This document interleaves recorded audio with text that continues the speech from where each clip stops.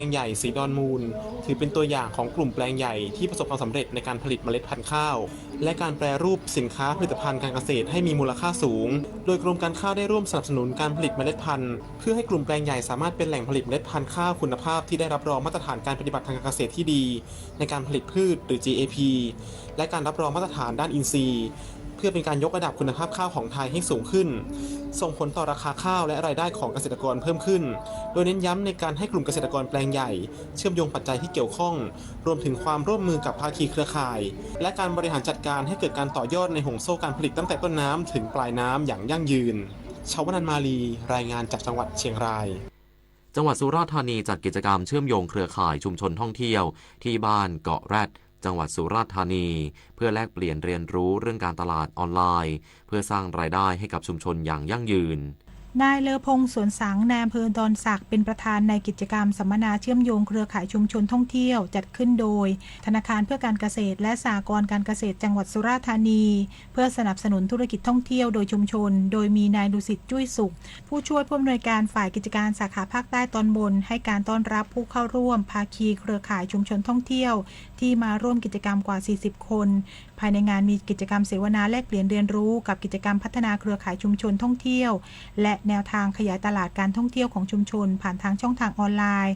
นอกจากนั้นธกส.สุราษฎร์ธานียังได้ส่งมอบป้ายเช็คอินเกาะแรดเพื่อเป็นแลนด์มาร์คจุดขายแห่งใหม่บนเกาะแรดรวมถึงส่งมอบอุปกรณ์ต่างๆเช่นพัดลมกระติกน้ำสแตนเลสให้แก่ภาคีเครือข่ายชุมชนได้นำไปใช้ประโยชน์ในการสนับสนุนกิจกรรมการท่องเที่ยวปิดท้ายด้วยทำกิจกรรมปล่อยพันธุ์ปูม้าลงสู่ทะเลเพื่อการทำประมงแบบยั่งยืนพานิพักแก่นแก้วสวทสุราษฎร์ธานีรายงานจบข่าวอานนท์นันตะสุคนอ่านรับฟังข่าวครั้งต่อไปเวลา 7 นาฬิกาติดตามข่าวที่นำเสนอไปแล้วได้ที่ www.thainews.prd.go.th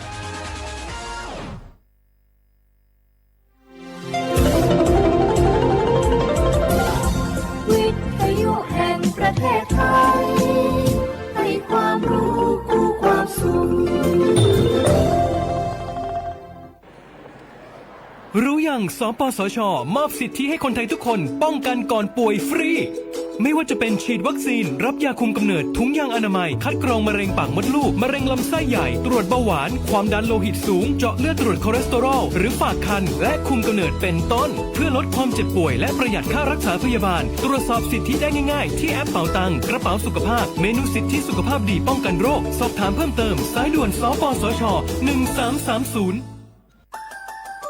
สปสช.ชวนคนไทยทุกคนทั่วประเทศใช้แอปเป๋าตังเช็คสิทธิประโยชน์รับบริการป้องกันโรคตามกลุ่มวัยเพื่อลดความเสี่ยงการเจ็บป่วยโดยเลือกเมนูกระเป๋าสุขภาพเลือกสิทธิสุขภาพดีป้องกันโรค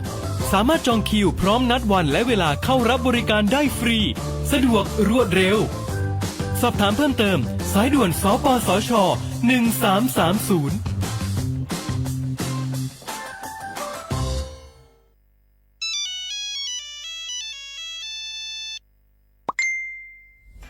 ดูสิเพจนี้บอกว่าฉันถูกรางวัลใหญ่แล้วให้กรอกข้อมูลเพื่อรับของรางวัลด้วยอ่ะไหนดูสิมีชื่อที่อยู่เลขบัตรประชาชนเลขหลังบัตรระวังนะนั่นคือมิจฉาชีพที่มาหลอกเอาข้อมูลของเรา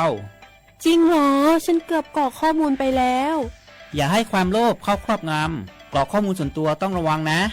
อย่างนี้ไม่ได้แล้วฉันจะต้องมีสติให้มากขึ้นจะได้ไม่ตกเป็นเหยื่อของพวกมิจฉาชีพอย่าหลงเชื่ออย่าให้ข้อมูลส่วนตัวกับใครจะได้ไม่ตกเป็นเหยื่อของมิจฉาชีพสำนักประชาสัมพันธ์เขต 3กรมประชาสัมพันธ์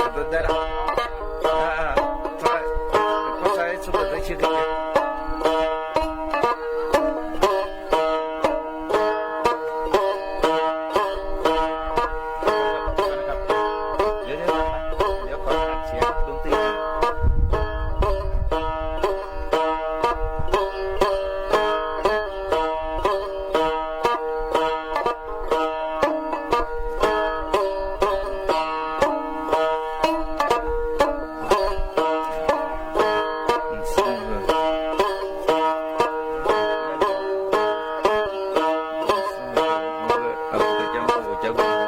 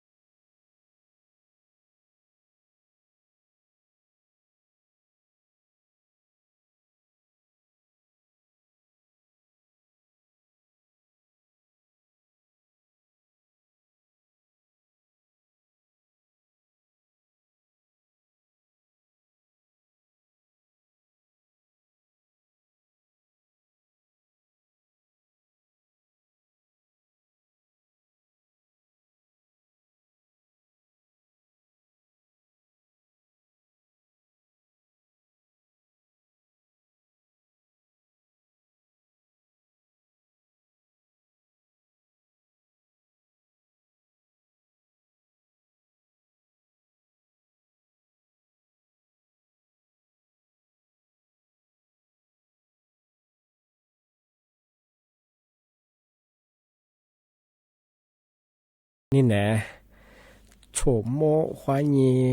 จินโมงอ่ะสิโมซึที่จุโมอาวลิซุงอดูซึตควาไปแล้วงาอาวลิซุงอปากกากุงอไม่ยทา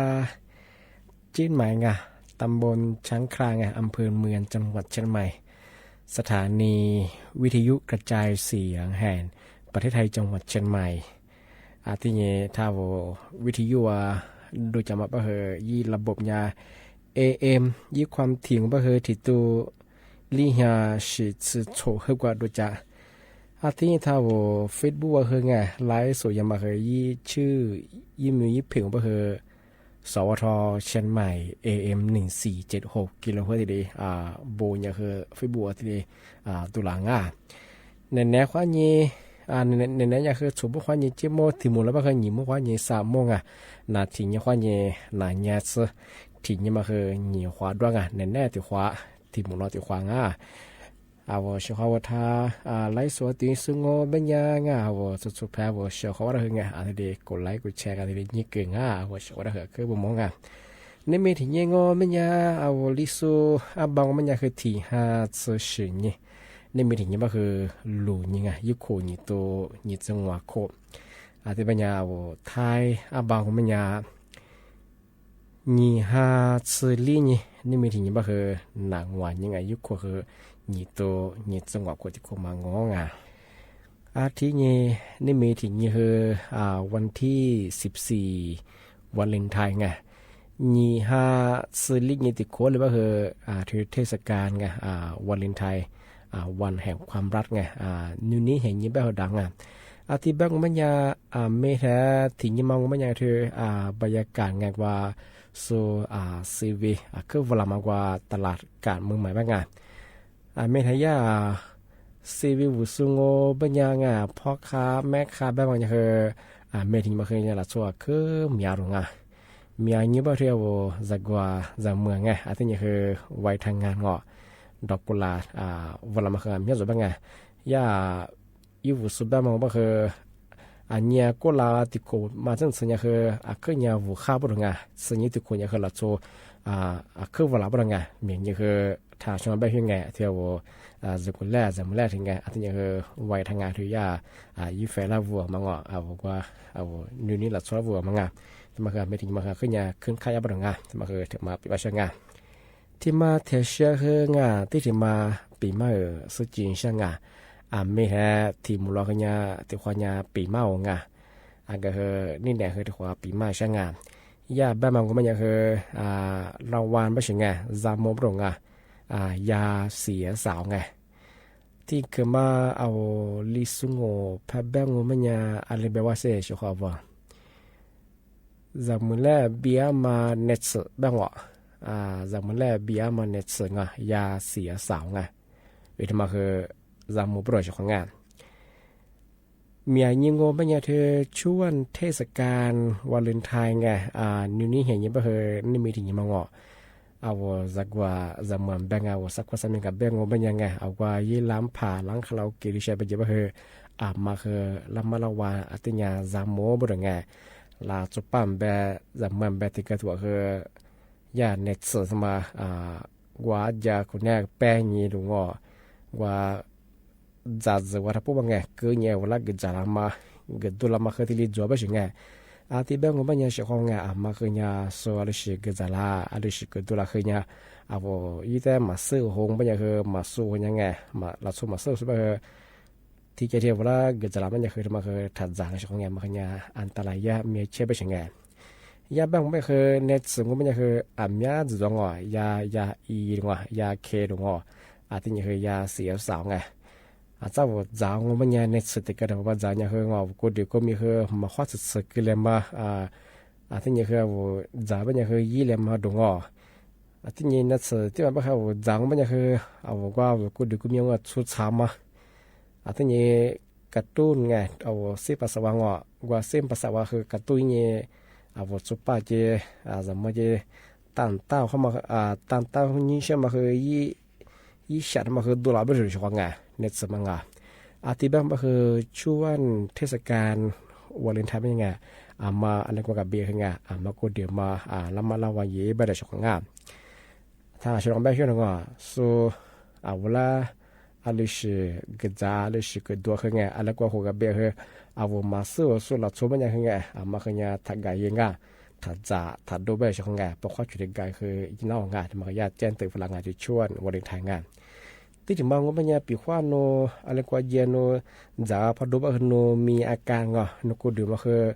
กดดูก็มีแบบจะให้เฮียประดางโง่ไม่ยังไงโนอามีโนสุดแพกว่าโนฟ้าเชื่อมาแล้วไงแบบนี้คือเน็ตสิ่งคือยี่โคเต้ยังไงยิ่งกับกุ่นยิ่งกับตุ้ยไม่ใช่ชกงานที่มาคือขึ้นงานแต่ละยังไงอาจจะเป็นที่ชวนวันเดินทางไม่ยังไงจักว่าจะเหมือนแบงก์มาคือเนี่ยละมาละวันยังแบงก์ที่ถึงมาก็คือก็ละคือช่วงปีมาหิ้งไงรัฐบาลคือขึ้นยาไปหวยไปถึงไงถึงช่วงเทศกาลวันเลนไทน์เจ้าวังไงอาจจะเป็นอย่างคือรัฐบาลไงคือโรงพยาบาลรัฐไงข้อนี้ยาถุงยานำมาทำมาแจกบริการมาคือเวลาคือป้องกันเจ้าชกไงพอมังงาปัญญาโวที่มาป้องกันก็คือมีความเสี่ยงไงว่าติดเชื้อโรคย่อมาไงนาชินนาเยติดต่อย่อมาไงจะปีงบเทียวปีขว้าโนพัฒนเต้าเป็นไงมีเพศสัมพันธ์ไม่ใช่คือพามาป้องกันยาโรคเชื้อ HIV ไงโรคเอดส์มาคือยาเหนือมันจะคือค่าแรงมาคือยามันตัวชกไงเมื่อสารเนี่ยคือยานักวิจัยคือไงขึ้นยาทีนี้วิจัยยังไงคือเน็ตคือขึ้นยาข้อยาชิงไงคือยาโรคเอดส์ละใส่มาไงปะครับมาใส่ขึ้นมาจุยไงอาทิตย์ปะคือมาคือละมันละไว้ชกไงลูกเอ๋ว่าลูกเอ๋นั่นแหละมันง่ายชงไงน้าก็คือมีจุดไงสื่อความง่ายอาจจะไม่คือมาคือป้องกันยี่ไม่ได้ชงงานทำให้ยาทารัฐบาลความยังไงทีนี้ช่วงวันเลนไทน์จะมาคือทีนี้เป็นหวยไปถึงไงที่โรคติดต่อมางานก็คือยาถุงยานั่นมาคือทีนี้แจกไปถึงงานที่ถึงมางวเป็นยาจากวันแบงจุดปั๊มแบจากวันแบงมาคือยาละมาละวันยี่ไม่ได้ไงที่ช่วงเทศกาลวันเลนไทน์ไงวันแห่งความรักคือกลุ่มมิชาชีไงว่าชาวต่างชาติชื่อยิงอย่างคือเวลาบอกว่าช่วยเรามาเวลาจียามางอที่ช่วงเทศกาลก็คืองอยแฟมจูบันนั่นนี่เช่นเนี่ยชอบเป็นไงที่บอกว่าช่วยเรางอและพระเจ้าใช่เป็นไงและพระเจ้างอมันอย่างคือเฮียที่สืบว่ารู้ว่างอที่อย่างคือท่านเมื่อหลังอย่างคือนั่นแหละคือติดด้วยที่ตาแจงใช่เป็นงอเพราะว่าหนึ่งว่าช่วยงเวลาจีไม่ใช่ไงแต่มาคือยาจะมาคือจุป้าคือไงที่ช่วงวันเลนไทน์ปังงาที่ยี่แฟมจุสุป้าคืองมาคือยาละมาละวันเยงกลุ่มมิจฉาชีพคืออาทิตย์กิลมาคือไงแต่ก็ตัวบ้าคือโน้แล้วบอกจะสึกจะมาวัวเป็นยังไงดอกไม้วัวดอกไม้ที่นี่คือช่วงวันเลนไทน์เป็นยังไงนั่นแหละคือ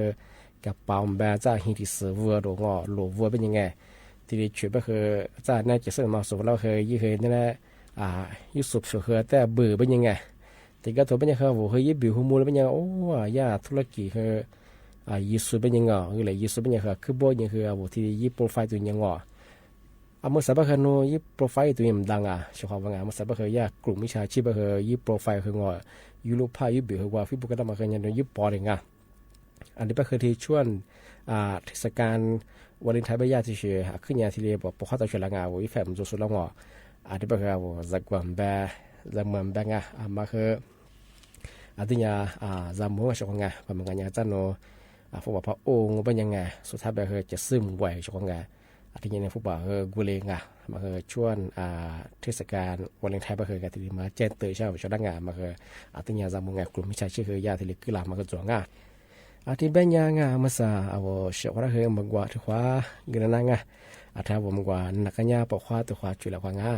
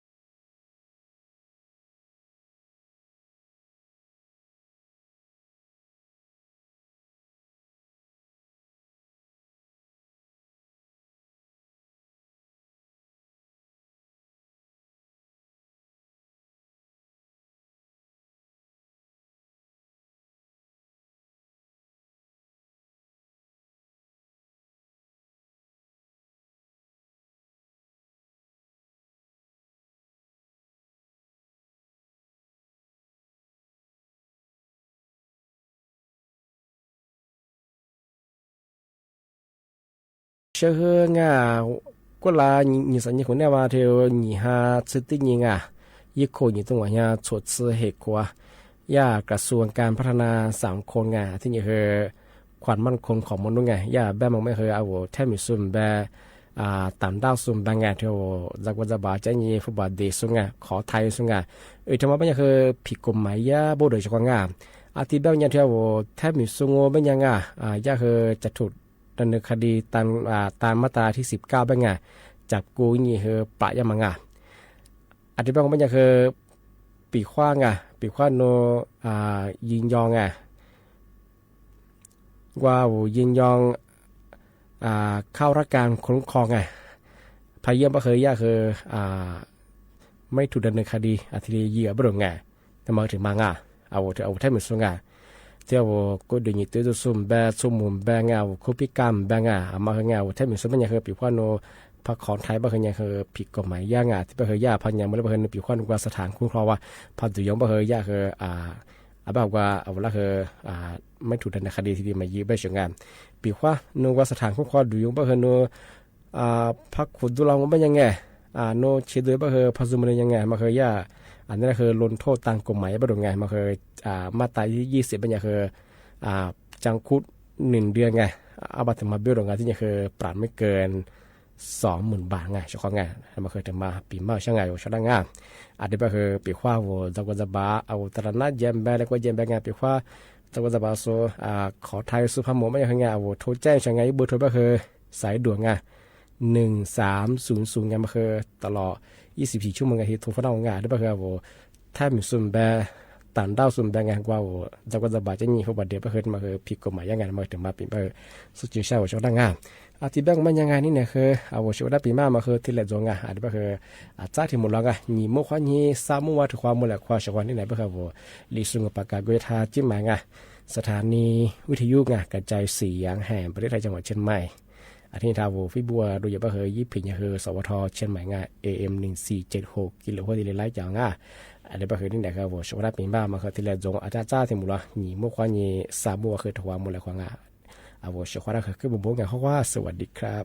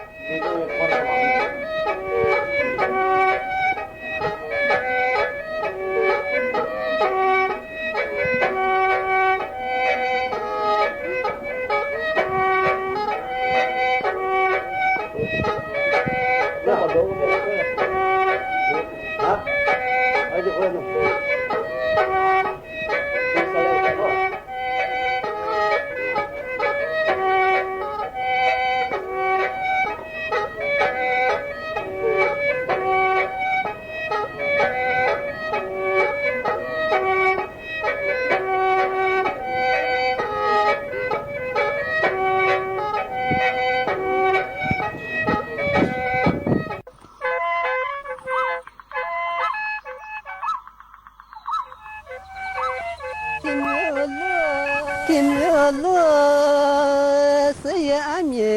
肉啊，这是你是那个白天的娘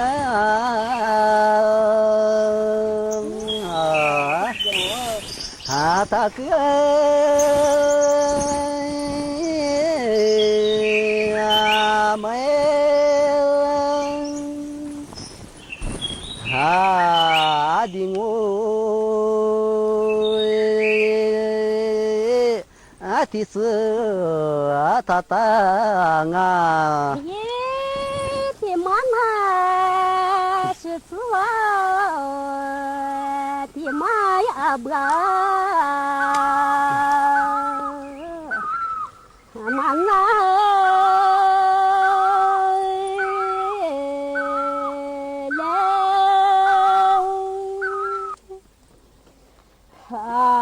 的妈呀，咱妈啊嘞，金牛路是呀你小子，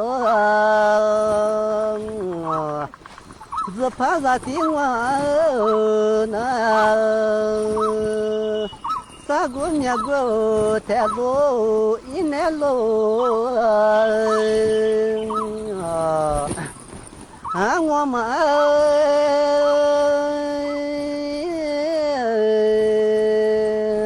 是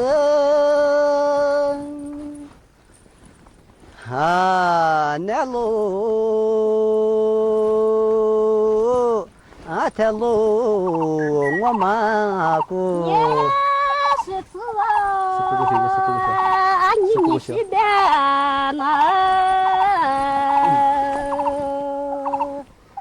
这家伙才是你呀！你的妈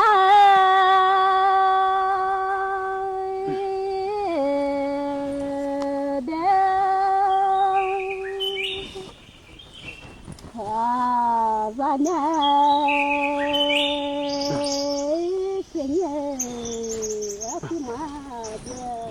今日了，姐姐你是了，是死了娘，默默在家做客啊，咱我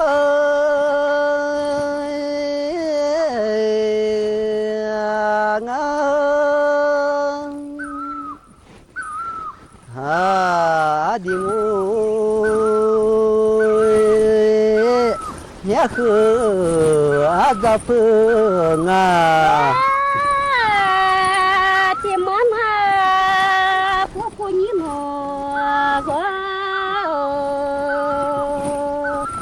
啊不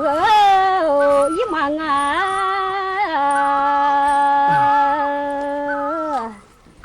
你的他。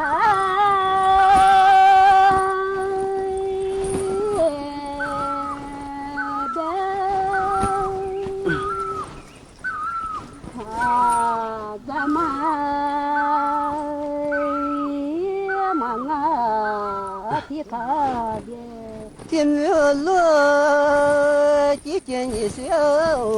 子啊，莫你他可以，你是在家去见啊，他诺。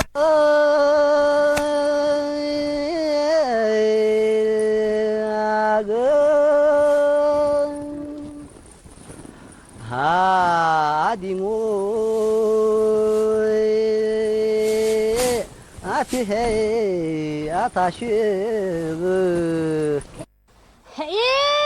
是子啊，你我的妈的家一边喝，一家来。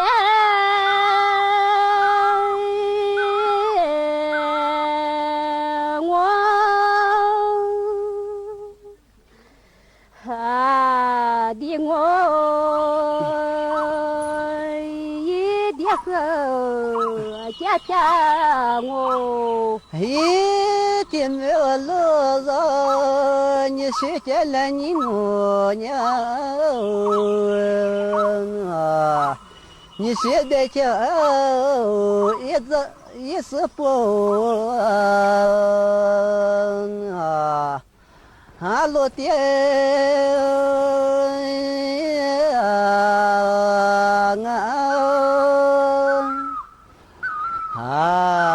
的我落不挂定嘛。呀，是子啊，你的这个嘛，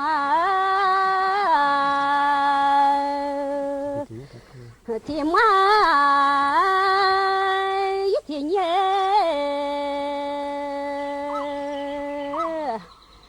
他哥。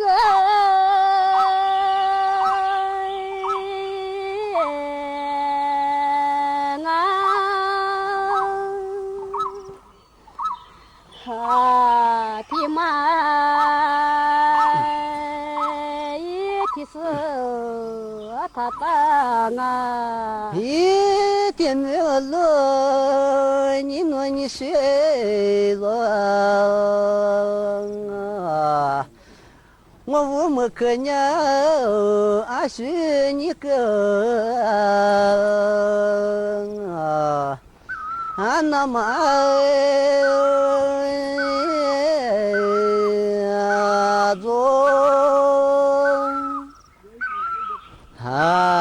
一面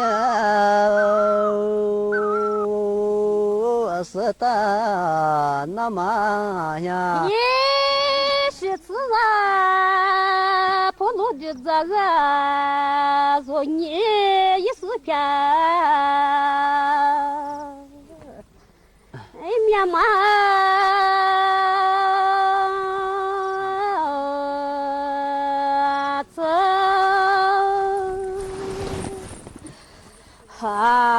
若年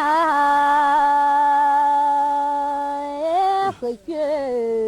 是嘛子？这个这怕嘛大是我做，这身子夫一把过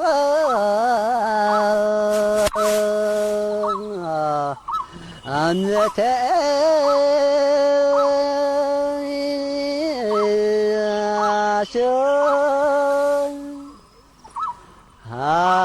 mi wo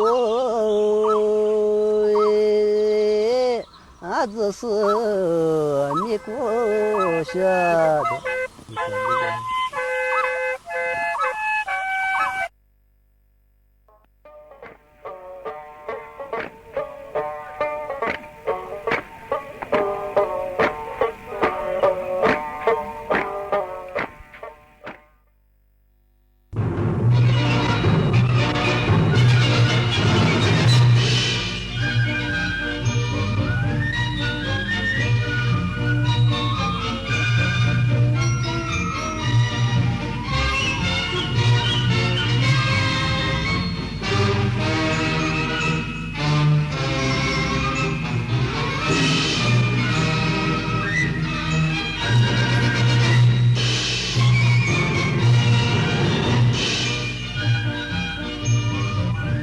ที่นี่สถานีวิทยุกระจายเสียงแห่งประเทศไทย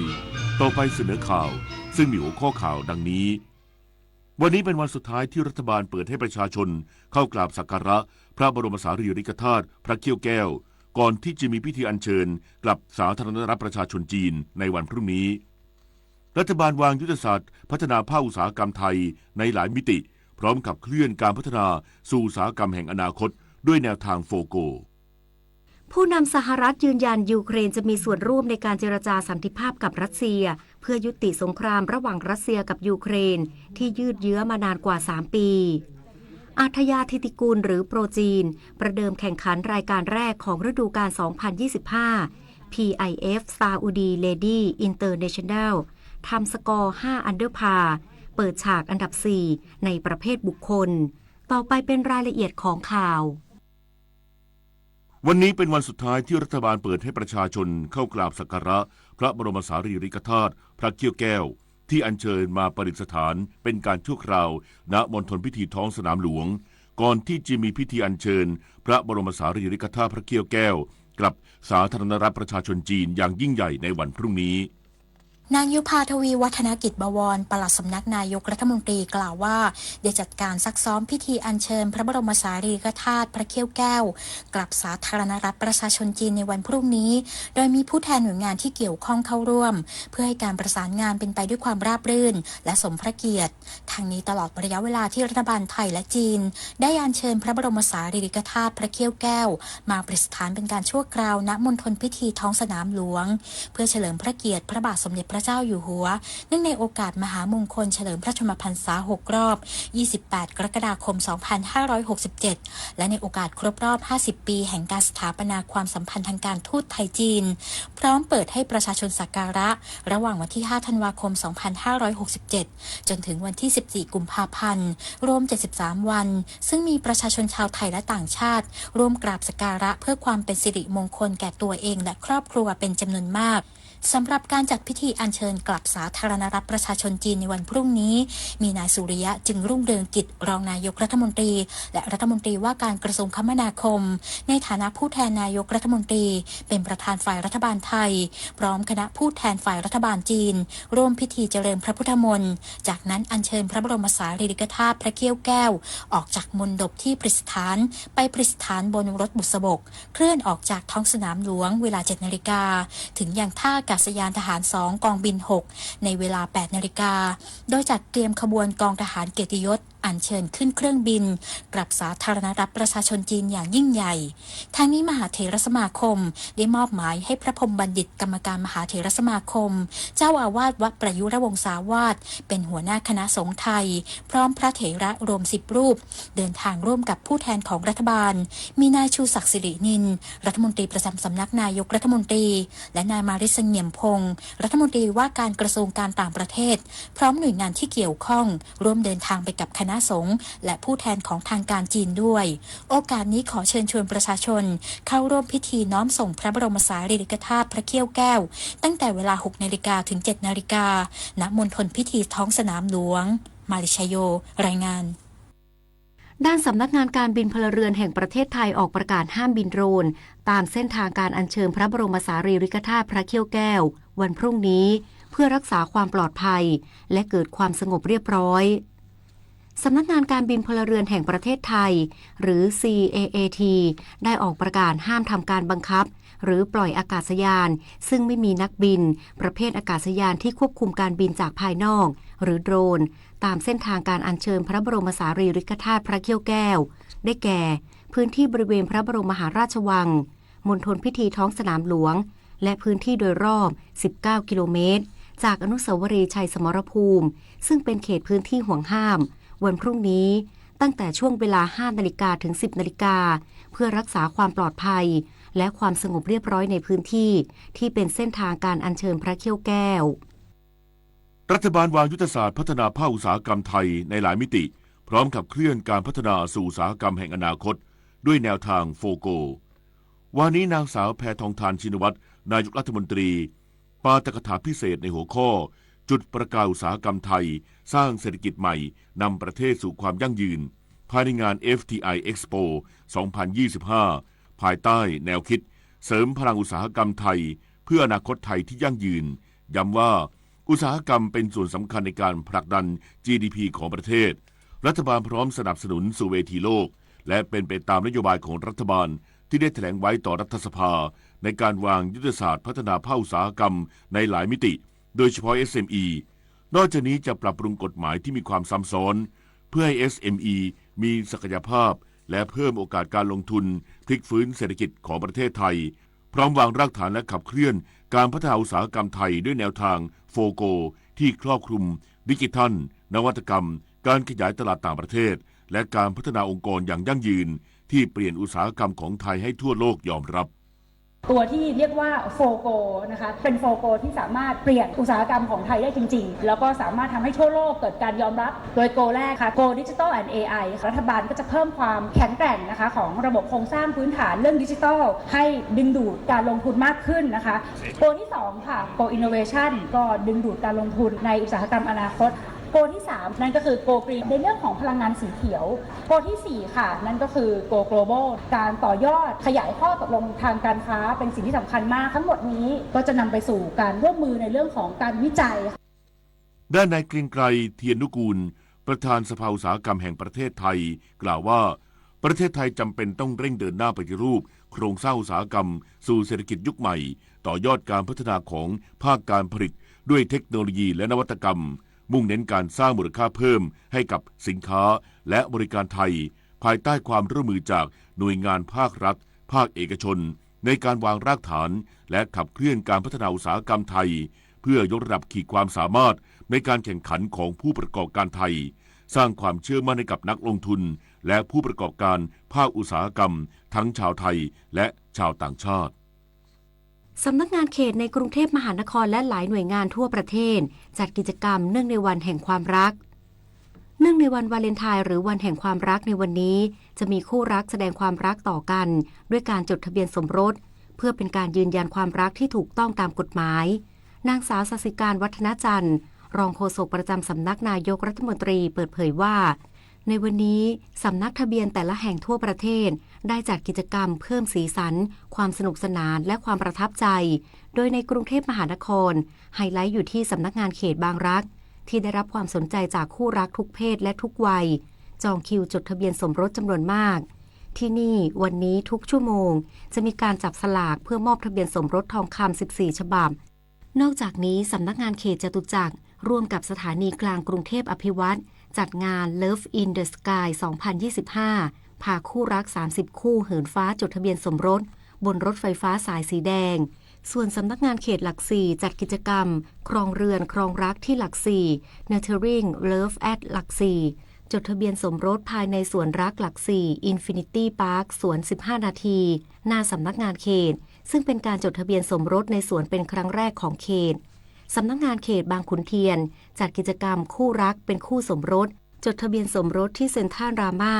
พร้อมจุดถ่ายรูปสุดโรแมนติกคาเฟ่ออฟเลิฟนอกจากนี้ในต่างจังหวัดที่น่าสนใจคือที่จังหวัดตรังมีการจัดงานเทศกาลวิวาห์ใต้สมุทร 2025 อันดามันสีสันแห่งรักแอดตรังใน2รูปแบบคือวิวาห์ใต้สมุทรและรักที่สุดกลางสมุทรอันดามันและหลายหน่วยงานยังมีการจัดกิจกรรมสุดโรแมนติกเช่นหอภาพยนตร์จังหวัดนครปฐมจัดงาน Night at Maya City มายาราตรีพร้อมการประดับไฟสีสันสวยงามนิทรรศการภาพยนตร์ดนตรีสดและกิจกรรมต่างๆเข้าชมฟรีพิพิธภัณฑสถานแห่งชาติราชบุรีจัดกิจกรรมชมพูชมใจวาเลนไทน์ไนท์มิวเซียมมีการเปิดพิพิธภัณฑ์ยามค่ำคืนดูหนังรักฟังเพลงเลิฟและกิจกรรม Art and Craft และสวนนงนุชจังหวัดชลบุรีจัดกิจกรรมจดทะเบียนสมรสบนหลังช้างพร้อมขบวนแห่ขันหมากและมอบของที่ระลึกภายในงาน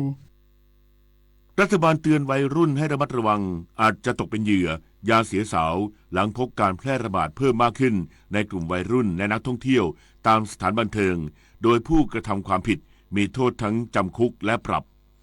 นายอนุกูลพฤกษานุศักดิ์รองโฆษกประจำสำนักนายกรัฐมนตรี